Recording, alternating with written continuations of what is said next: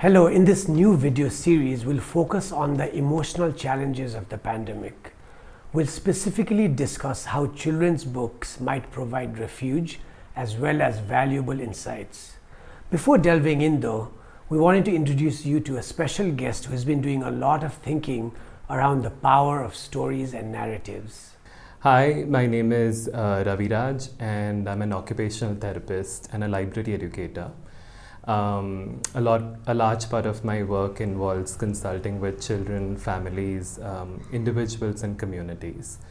Along with some friends, I'm also a co-founder of a collective called Narrative Practices India, where we together think about stories and how stories are influential in people's lives. What is narrative practices and what guides narrative practices is certain principles or key ideas that we call them. We believe that we are all meaning makers. We're constantly making meaning of the experiences of our lives, the world around us. And we are interested in how do we end up making these meanings. So we think that we do this through stories. That stories help us make meaning, and they're constantly shaping of us and we shaping of them. But stories, like all things in this world, also are governed by systems of power. What story is being told? Who is telling that story? How is that story being told? How many stories are told? When is that story told? All of this is decided based on the context, on the systems of power. So we're really interested in sort of understanding how power works its way through stories. We also believe that there are many kinds of stories that exist, and like dominant stories, stories that are saturated with problems, preferred stories, stories of how people want to live their lives. Subjugated stories, stories that have been oppressed and hidden and invisibilized of people's responses to a particular problem. Because we believe that we are never ever passive in face of a problem, that we are always responding and figuring our ways out, and that people are the experts of their own lives. Hi Ravi, thank you for agreeing to talk to us and share your insights. I'm going to zoom right in and ask you about last year 2020 when you started to email children's books to your friends and network. What made you do that or take that decision?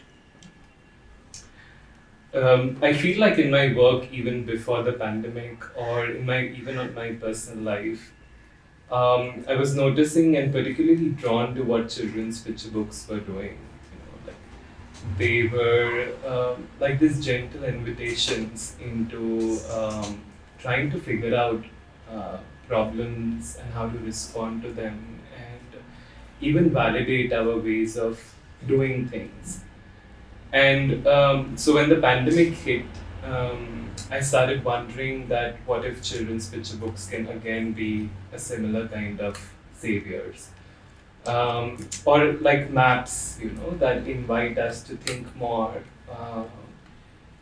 So then I decided to start sending books, one book for each quarantine day, and that's how it began. And were there any memorable responses from the ones that you sent to, like parents or friends, that you can share with us? There were many, and I didn't expect those responses at all, because I was like, oh, this is just a regular thing. But I think what started surprising me is what it was meaning to people. I remember particularly 2-3 stories. One, when I sent the book The Rabbit Listened, I feel like the kind of responses I got, like people particularly saying things like, we really need a rabbit in our lives, we really need somebody who listens to us. Somebody wrote to me that they wrote a letter to their best friend telling them about how they are a rabbit to them in this pandemic. I also remember a dear friend Praveen writing to me when I sent this book called How to Be a Lion, a book that particularly challenges toxic masculinity. And he was with his nephew, and they both read the book together. And his nephew said to him that, I also have a thinking hill. So Leonard, this lion in the book, has a thinking hill where Leonard goes and wonders about the world. And so the nephew started telling Praveen about stories of his thinking hill, and he wonders what's beyond the stars. And the kind of conversation between a nephew and an uncle, which is often so masculine, but here was a story of something else. I also remember this story because I remember crying when I was reading that response to this book called Amachi and Her Amazing Machines. It's a Pratham book where Amachi is a Malayalam word for grandmother. And it's a story about a grandson and a grandmom together discovering different kinds of cold machines. And this person who got the book was sharing the story of how she lost her grandmom that exact day. And she didn't know how and what to do. And when she happened to open the email and found this book and just letting out the crying of what the book did to her and helps her to grieve. So yeah, so many different conversations opening so many different kinds of worlds, right? Are there any other books that you want to mention right now, like that comes to mind? I feel like the books that come to mind that have been influential is a book from Nepal, Sanu and the Big Storm by Bandana. And the book particularly talks about resilience of this young girl in search of her mum and, moving and navigating through stormy seas. There's another book called The Heart and the Bottle, one of my all-time favorites, of a young person losing a loved one. And not knowing what to do, she decides to put her heart inside a bottle in a sort of way to numb herself. And how she discovers herself again through another young person's perspective. So you mentioned resilience, and that's got me thinking, like as a therapist who works with children quite frequently, so what does that look like when it comes to children? Like how are children resilient, or Mom, can you talk about that a little bit? Yeah. I feel like in my work I've particularly realized that resilience can be nurtured. It's not something that's fixed, that it can be grown and we can practice resilience. If we really pay attention to what are the building blocks of resilience, and there are particularly 3 building blocks that I pay attention to.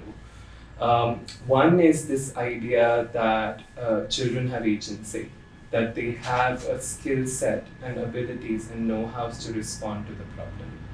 And if they get more and more opportunities to know that and practice that, then they'll see themselves as capable of responding. The other one is adult-child relationship.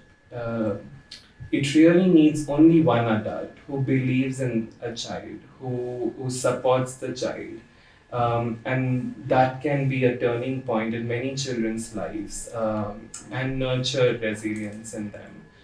And the third one is to look at the community around children. How are those communities and spaces really of inviting of children as beings who have knowledge, as beings who need nurturance. So if we pay careful attention to these 3 factors and create opportunities to build on them, then we can nurture resilience in children. Thank you so much, Ravi. That's quite useful to think about. And we'll be sharing more stories and more conversations with Ravi in other videos, so please stay tuned.